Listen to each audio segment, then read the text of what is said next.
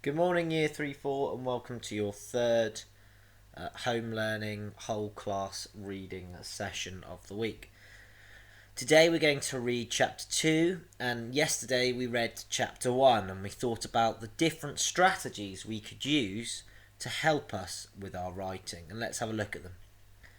We said we were going to follow the writing with our finger. We were going to use a ruler to know what line we're on. We're going to read out loud using expression, tone and volume. We're going to pay attention to punctuation, particularly full stops and commas where we take a breath.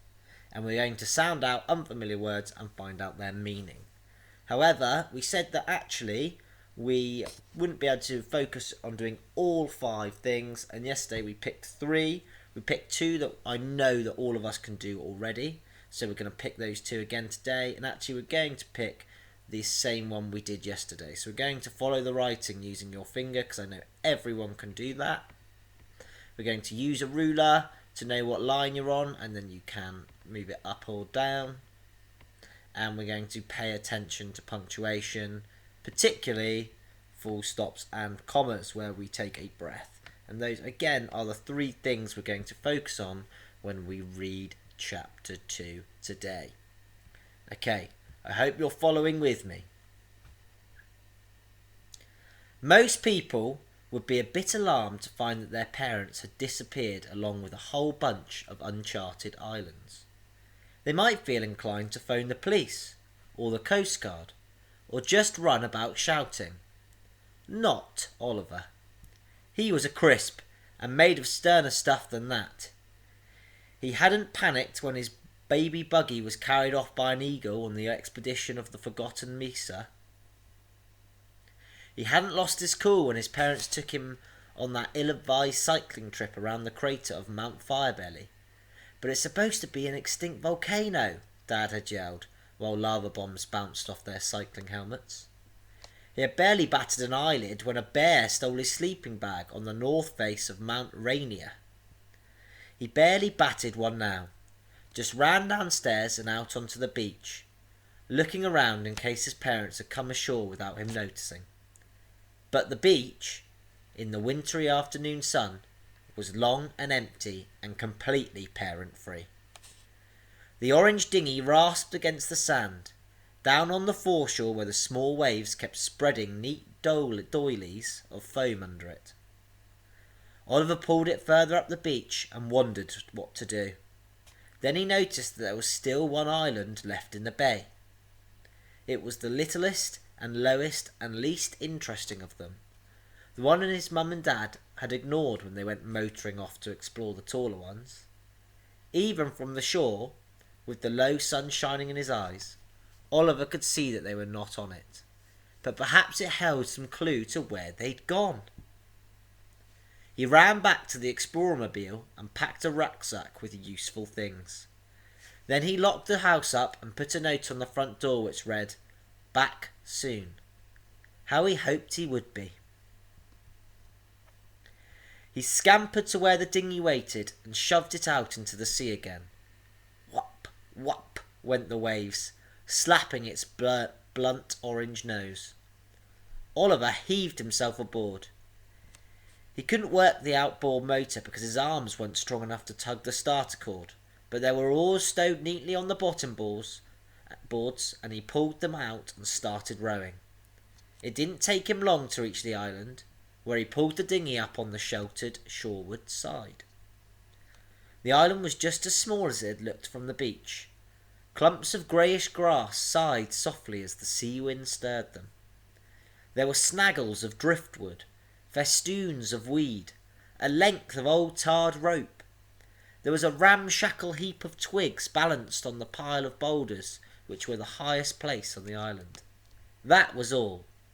It took Oliver less than a minute to walk right across the island to the far shore, where he stood looking out to sea. All his hopes of finding clues faded, like the foam which kept washing around his toes and melting into the wet sand. "Mum!" he shouted. "Dad!" The echoes came back to him from the cliffs around the bay. Echoes, but no reply. "Mum!" he shouted louder still. "Dad!" "Oh, put a sock in it, won't you?" grumbled a creaky voice behind him. "Some of us are trying to sleep." A pair of beady blue eyes were glaring at Oliver over the brim of the twig heap on the island's crown. The heap was a nest, and the eyes belonged to a bird who owned it. "But birds don't talk," protested Oliver. "Parrots do," the bird said. "Not really, not properly," Oliver protested. "And anyway, you're not a parrot." "Indeed I'm not," the bird sniffed. It stood up in its nest and spread its enormous, dirty white wings. "I am a wandering albatross, Diomedia exclucnus, though you can call me Mr. Culpepper. And now you had best get back to shore, or you will be a wanderer too."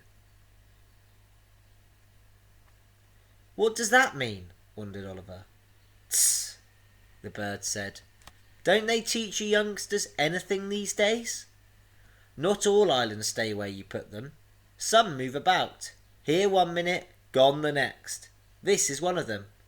That's why I nested it on it, of course. I'm not stupid. Why go flapping about the world when I can just roost here and let the island do the wandering?"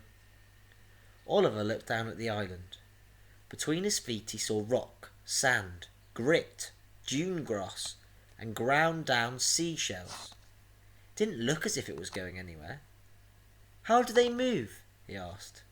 "Who cares?" said Mr. Culpepper, shrugging his wings. "Where are they going?" "Who knows?" said Mr. Culpepper. "But all the others have gone already, so this one won't stay much longer." As he spoke, the island shuddered. Small stones spilled and rattled, trickling down. "Hop in your boat and be off with you," said the albatross.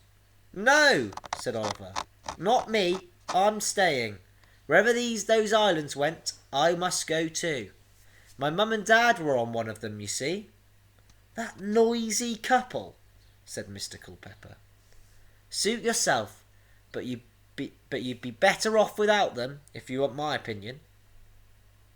Oliver wasn't listening any more.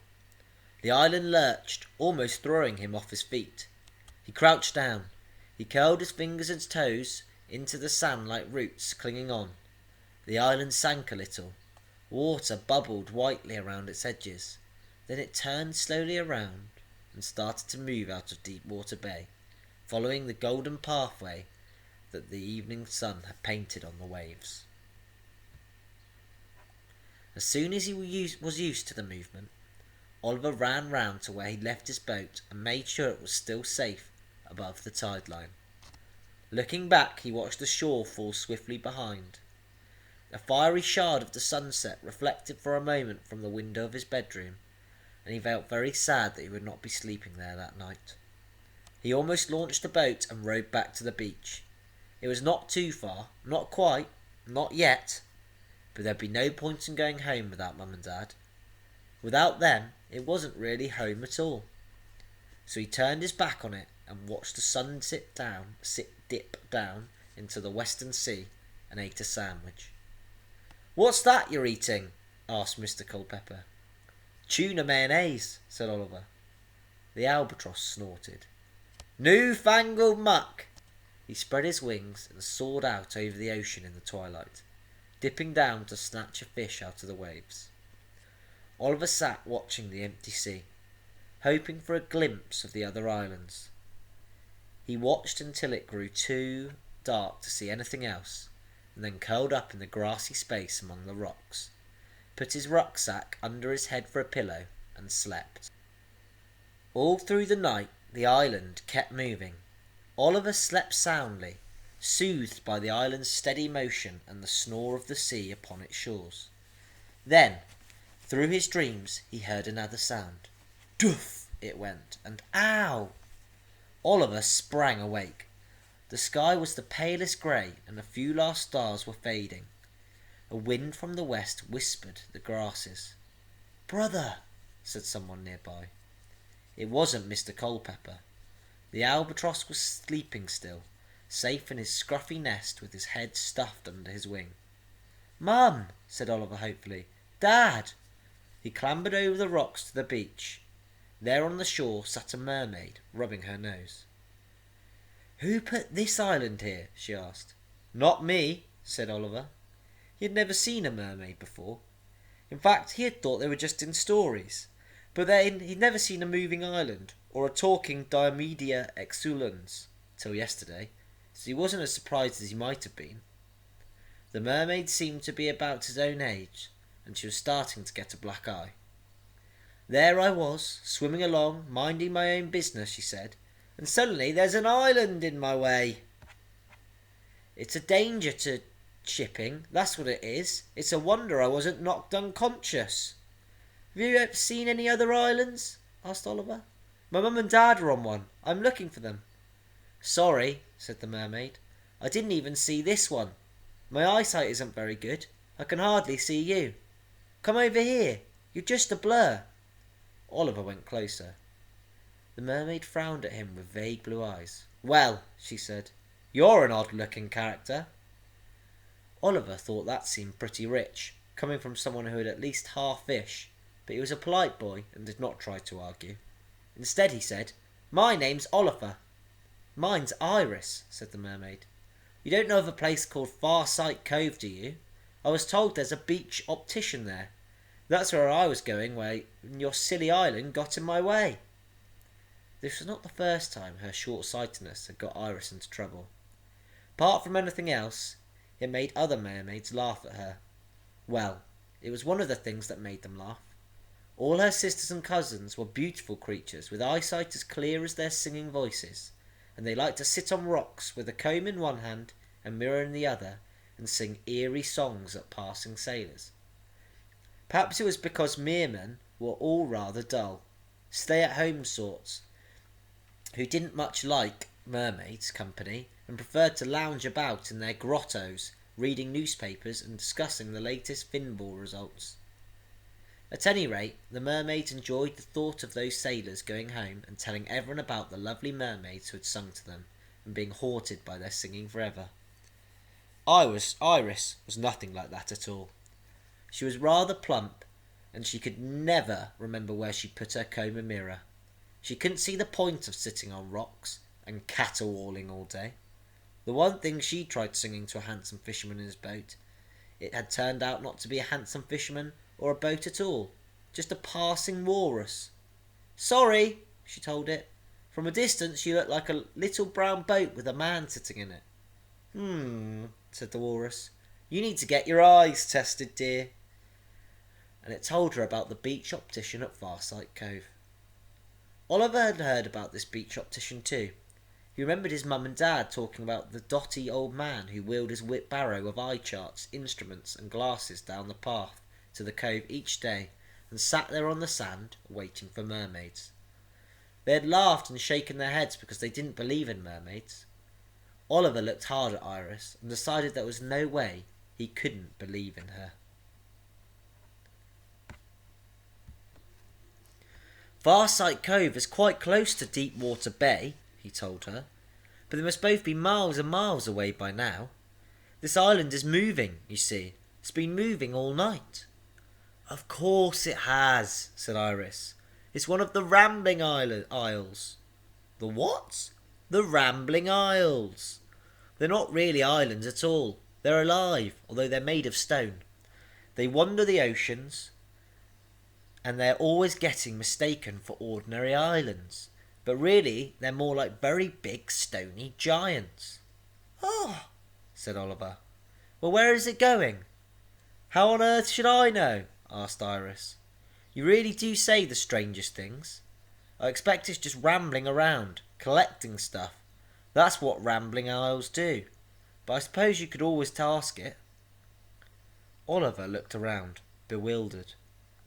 How could he ask rocks and stones and grass where they were going? Well, he could ask them, but how could he expect them to reply? "Oh, I'll do it," said Iris wearily. She slapped the nearest rock as hard as she could. "Hello!" she shouted. The movement of the island changed. It slowed and turned from side to side. Mr. Culpeper woke up with a squawk and demanded to know what was happening. Slowly the island lifted from the sea. There was a rush and gurgle of falling water draining from its edges. It rose cliff high and the waves rolled past it from far below. Oliver went to its raggedy edge and looked over. He saw that the island was really just the top of a vast stony head. The grass was its hair. Water ran down its face. Limpets stubbled its cheeks.